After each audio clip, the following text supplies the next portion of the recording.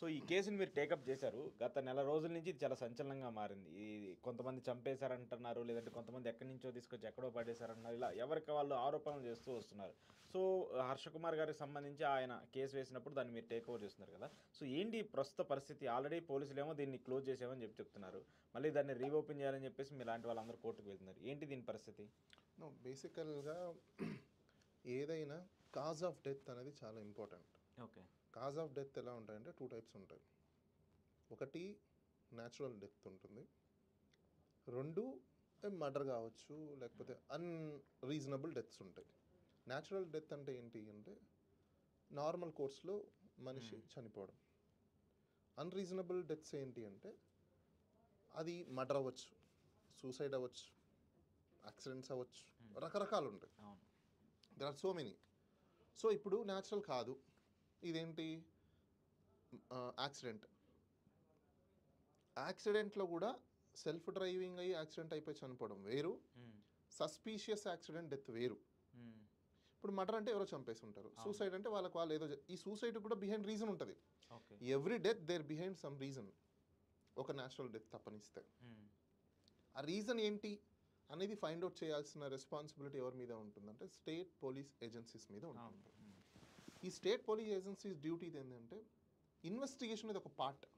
Beyond reasonable doubts అని ఎందుకు అంటారంటే ఇంకా డౌట్స్ అనేది లేకుండానే మొత్తం కేసు అంతా వాళ్ళు ఇన్వెస్టిగేట్ చేసి వాళ్ళు విట్నెస్ని ఎవిడెన్స్ని కలెక్ట్ చేసి కోర్టులో ప్రొడ్యూస్ చేయాలన్నమాట.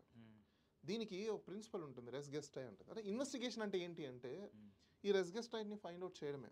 గ్రాస్ రూట్ అసలు దీని యొక్క కాజెస్ని ఫైండ్ అవుట్ చేసి ఆ కాజెస్ దగ్గర నుంచి డెత్ వరకు చైన్స్ అన్ని కనెక్ట్ చేయాలి. లింకింగ్ ఆఫ్ చైన్స్ అంటుంది. అంటే ఇది ఈ ఇన్వెస్టిగేషన్ ఎలా ఉందంటే బ్రోకెన్ చైన్ కస్టడీ. ఎక్కడ చూసినా మీకు డాట్స్ బ్రేక్. సీన్ రీక్రియేషన్లో కానీ రీకన్స్ట్రక్షన్లో కానీ ఒక థియరీ ఉంటుంది. Grid methodology, straight line methodology, లేకపోతే ఇంకా రకరకాల మెథడాలజీస్ ఉన్నాయి దీంట్లో. ఎక్కువగా వాడేది ఏంటంటే గ్రిడ్ మెథడాలజీ వాడతారు. ఈ గ్రిడ్ మెథడాలజీ ఎందుకు వాడతారంటే స్టార్ట్ దగ్గర నుంచి ఎండ్ వరకు ఏ బేసిస్లో ఉన్నా ఆ థియరీలో ప్రతి డాట్ కనెక్ట్ అవుతూ రావాలి. స్టార్ట్ దగ్గర నుంచి ఎండ్ వరకు. ఇక్కడ స్టార్ట్ ఎక్కడో తెలియదు, ఎండ్ ఎక్కడో తెలియదు. సో దీన్ని ఏమంటారు? It's a broken chain custody compromised investigation ఇది. మరి అలాంటప్పుడు డౌట్స్ రాకుండా పోలీసు వాళ్ళు కన్క్లూడ్ చేసి వాళ్ళు ఇచ్చే స్టేట్మెంట్స్ని ఎలా బిలీవ్ చేస్తారు? Of course end of the day investigation చేసే పవర్ ఉండేది పోలీసు వాళ్ళకి. పోలీసు వాళ్ళు ఇచ్చే స్టేట్మెంట్ని బేస్ చేసుకునే కోర్ట్ అయినా డిపెండ్ అవుతుంది, అదర్ సైడ్ కూడా డిపెండ్ అవుతారు. అలాంటి డిపెండెన్సీ ఉండి నమ్మే ఏజెన్సీసే ప్రాపర్ ఇన్వెస్టిగేషన్ చేయకుండా, ప్రాపర్ కన్క్లూజన్స్కి ఎవిడెన్స్ని చూపించకుండా, ప్రాపర్ రీజనింగ్స్ని ప్రొజెక్ట్ చేయకుండా కన్క్లూజన్ చేసేసినప్పుడు ప్రతి ఒక్క కామన్ మ్యాన్కి క్వశ్చన్స్ అనేది రేజ్ అవుతాయి. అలానే ప్రతి ఒక్కరు కూడా ఈ అంశంలో అందరికీ క్వశ్చన్స్ రేజ్ అయినవే. ఆ రేజ్ అయిన క్వశ్చన్స్లో చాలా అంశాలు, టెక్నికల్ అంశాలు ఇవన్నీ కూడా మేము ఎంపీ హర్ష కుమార్ గారు పిల్ కూడా వేయడం అనేది జరిగింది. దేనికోసం అంటే దాంట్లో చాలా రీజన్స్ ఉన్నాయి.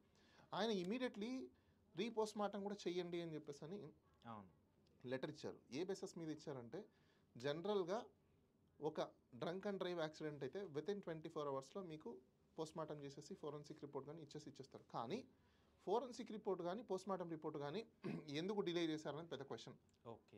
ఇప్పుడు నిజంగా అది ఇమీడియట్గా ఆల్కహాల్ డ్రంక్ అండ్ డ్రైవ్ అయినప్పుడు డెత్ డిక్లరేషన్ చేయడానికి పోస్ట్మార్టం అయిపోతుంది, ఫటాఫట్ అయిపోతుంది. బట్ ఇంత ట్రాన్స్పరెంట్ అండ్ ఎఫెక్టివ్గా చేసి ఉన్నారు అని అనుకున్నప్పుడు, ఫెయిర్ అండ్ ట్రాన్స్పరెంట్గా జరిగిందని అనుకున్నప్పుడు, అన్బయాస్డ్గా జరిగిందని అనుకున్నప్పుడు ఇమీడియట్లీ రిపోర్ట్ ఇచ్చేసి ఉండాలి. దెన్ కాజెస్ అని ఫైండ్ అవుట్ చేస్తుంది. కానీ అక్కడికి రాలేదు. The taking of time itself shows that there is a suspicious reasons behind అనేది కనిపిస్తుంది. టైం తీసుకోవడం వల్ల ఇలాంటివన్నీ కూడా డౌట్స్ వస్తున్నాయి. ప్లస్ ఆయన నేచర్ ఆఫ్ బాడీ అక్కడ ఉండడం, ఆ నేచర్ ఆఫ్ యాక్సిడెంట్ కావచ్చు, ఇవన్నీ క్రియేషన్ ఆఫ్. ఎందుకంటే వీడియోస్లలో చూపించేది ఎక్కడ కూడా ఆయన ఫేస్ కనిపించట్లా. మాస్క్ ఉంటుంది, హెల్మెట్ ఉంటుంది, ఒక చోట పర్చేసింగ్.